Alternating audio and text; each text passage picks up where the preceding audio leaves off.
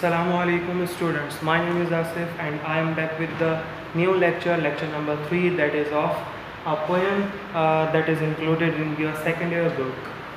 I hope you are enjoying all my lectures, and today we are going to have a briefly discussion about the poem and the poet and the text. Let's begin with the title. The title is the poem number 2, The Man of Life Upright. The man of life upright means a man or a person who lives an honest life. It is written by Thomas Campion. Thomas Campion, if we talk about Thomas Campion, he was born in 1567 in London. The second point is he was poet, physician, law student and a doctor. He also belongs to Elizabethan age, means it was an era when he was born. Queen Elizabeth ruled over the England. Wrote in simple language. He has great quality in his writings that he almost wrote everything, means all the books, poems in simple language. It is the phenomena that simple language is understood by every common person. So if we write in simple language, it is for all common person. Last point but not least, died in 1620 unmarried. What was the reason he died unmarried? We have no exact idea, but the point should be remembered for literature and for exam, that he died unmarried in 1620. Now we are moving towards the second step of the poem, that will be introduction about the poem. Let me take a single break. I will back with the introduction to the poem, and finally we will have an introduction or analysis, and I will analyze all the stanzas of the poem. Let's have a short break. Welcome back students. This is the introduction of the poem. It is important to learn about the basic points of the poem and the composition of the poem. So we have the first point. The poem contains 6 stanzas.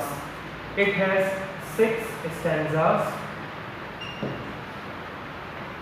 It has written in 6 different stanzas with the technique of rhyming. It is a rhymed couplet. What is a rhymed couplet? Means a song in which you will find a rhyming. So it is also contains rhyming, and the rhyming strategy will be of the second line rhymes with the fourth. Means all the stanzas, if you go through all the stanzas, the second line will be rhyming with the fourth. It is also, as I told you earlier, that the poet personally himself wrote all the literature in simple language, so he too wrote this poem in simple language and simple words. The fourth point is, this poem deals with the virtues of an honest person. The poet is telling you how is the life of an honest person, how he spends his life and how he deals with the other people of the society. And if you fulfill all these qualities, you will be living a happy life. What about theme? What is theme? As I have told in the first lecture or second lecture maybe, that theme is the main concept of the poem.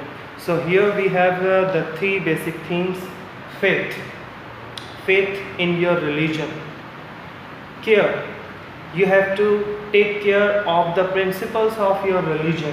And contented life, if you keep a strong faith and take care of all the principles told by your religion, you probably will have a contented life, definitely. And this is how the basic points are of the poem. And now we are moving towards the text. Let me take again a short break. I will back with the text. Thank you. Welcome back students. Now I am back with the text of the poem. It is necessary to go through the text of the poem. I will let you study all the stanzas step by step. I will tell you the literal meanings, means according to dictionary, and also figurative meanings, means spoken meaning, that are tried to convey by the poet Thomas Campion. So you will have to note down all the literal and figurative meaning, whatever I am going to tell you in the next sessions. First of all, we are beginning with the first stanza. Take your copy and note down all the difficult meanings of the poetic words. Let's begin with the first stanza, that is, the man of life upright. The man of life upright, whose guiltless heart is free. Guiltless means you have no sin, mean keeping no sin in your life.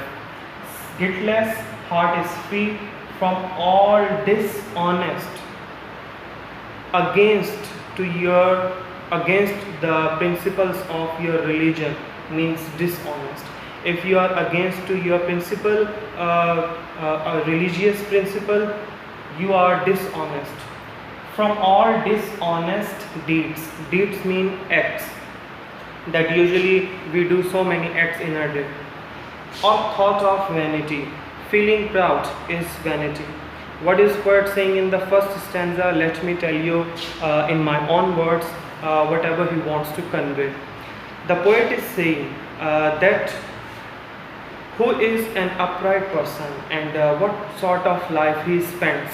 Poet believes that honest person believes his life in such a way that he has his heart guiltless. He has no guilty in heart because he does not do any wrong deeds, any work that is against his religion. So he is an honest person, and further he tells us that honest person is free from all type of proudness. He does not feel any proudness, and whatever he does, he believes that it is being blessed by the God. So it is not very important to be very proud on whatever you have done in earlier or you are going to do, because everything has been given to an honest person. He believes that it is only from the God. So he is an honest person. He does not feel proudness. He keeps himself humble. Next stanza, moving towards the next stanza, that is, I am going to read out. The man, speaker is calling the honest man, the man whose silent days means daily life, silent days in harmless joys spent. Harmless, without harm, without any danger, harmless. The word less reduces the intensity of the first word, means harm means danger, less danger. In harmless joys spent whose hopes, the dreams you keep in your brain, hopes, cannot delude means deceive. Nor sorrow discontent, sadness, melancholy, discontent, make unhappy. What he's saying in the second stanza, he says that an honest person does not feel sad at any stage of his life. If he faces difficulties in his life, he has nothing to do with it. He keeps trust in God. He thinks that everything is coming from the Almighty God, and therefore he is positive at all. Poet also says that he spends his daily life in the way that no one is harmed by himself. He keeps happy all the people that are connected to his community. Suppose if I teach here all the people are connected with me. If I am honest, I probably and definitely will try to make all the person happy from myself, and I will not disturb any person from my deeds if I am an honest person. This is what poet wants to say. Moving towards the third stanza, that man, if you are honest, poet is saying, further he says that man needs neither towers. What does it mean? Towers mean the heights, nor armor mean weapons, nor armor for defense, for security, nor secret means a separate or individual room where no one can access to the place. Walls, secret walls mean place. To fly mean to escape from thunder's violence. Here thunder's meanings that from difficulties, from problems, from invasion. Let me tell you what the poet is saying in the third stanza. Poet says that honest person does not fear of any sort of the events that are going to happen in the future, because he is honest and keeps trust in God that he is safe from any danger, he is safe from any problem or any difficulty by the God. No one is going to save him except his God. So therefore he keeps his belief strongly in the God that he will save him. God will save him.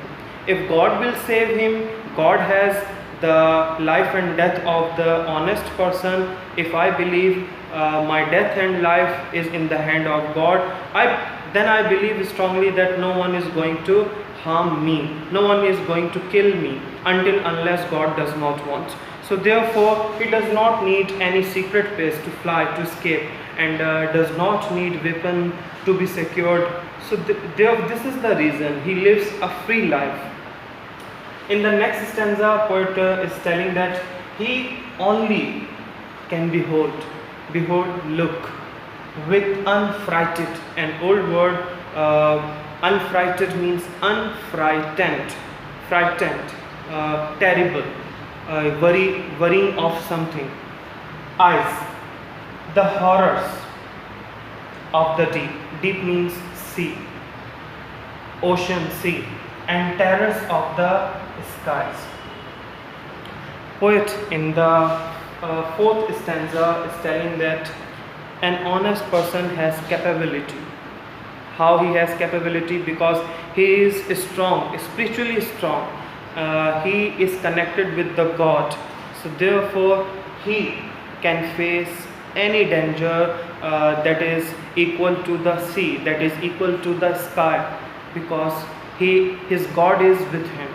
If your God is with you, no one can endanger you, no one can provide harm, no one can destroy you. So therefore, if you have strong faith, as I told you the themes of the poem, if you follow your religion, if you follow the principles of your religion, God is with you. And if God is with you, you need not to keep any secret place to fly or to escape, and need not any weapons. And therefore you can face any dangerous situation with active and bravely. You are brave and active when you face any dangerous situation if you are an honest person. So here we have the fifth stanza. Let me read out it for you. Thus scorning, taking no care, without care, all the cares that fate or fortune brings him. Let me explain you these two lines. An honest person believes what has been written for him in the future will be good because it has been written by the God. If it has been written by the God, then honest person believes that it is good for himself. So he is no more worrying about what is in the future. If you have strong faith, if you believe in Allah, if you believe in your God, then you need not to try to worry of your future, because it has been written by God and God is with you. If you are an honest person, he makes the heaven his book, his wisdom heavenly things. Every person, when he comes in this world and until his death, he is making his own book. I am making my own book. How whatever I am doing, it is being written on the book, and it will be exposed in the day of judgment in front of me and in front of God. If I believe in the eternal life, I also believe, because I am Muslim, I believe in the eternal life. If according to your religion, if you believe in the eternal life, then that book, how you are spending your days, every single page, means the activities of your single day, will be shown to you, will be exhibit to you, that how you spent your life. So therefore, if you want to make the book one from heaven, you have to be very careful of the principles, religious principles, and you have to be very honest person. If someone is not honest, means he is writing a book from hell. So I wish you the best. You may be writing your book one from the heaven. And the last thing, and the last stanza is that good thoughts is only friends. He keeps on always good thoughts.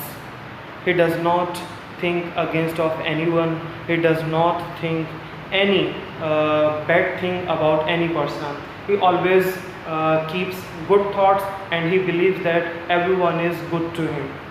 His wealth, a well spent age, at the time of death. What is your wealth? If someone is going to die, his wealth is property? No, his wealth is a well spent age. How he spent his life.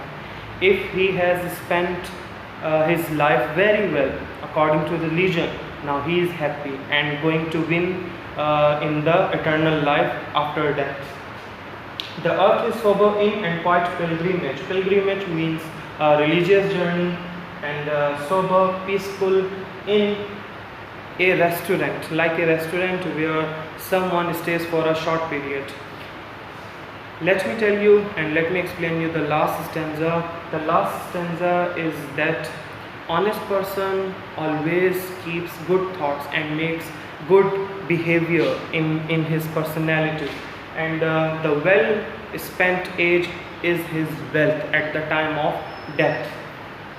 The earth, his sobering, means he lives in the world as he is staying in a restaurant for a short time of period.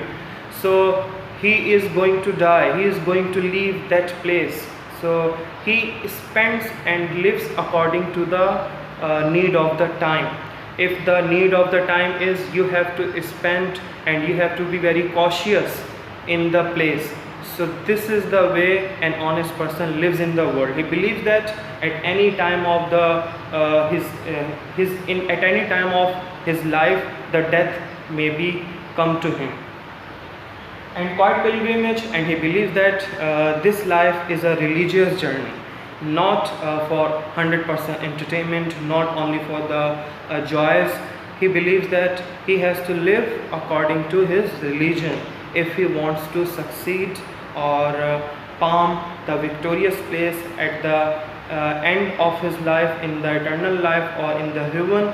So you have to be very cautious and you have to be loyal and honest to your religion.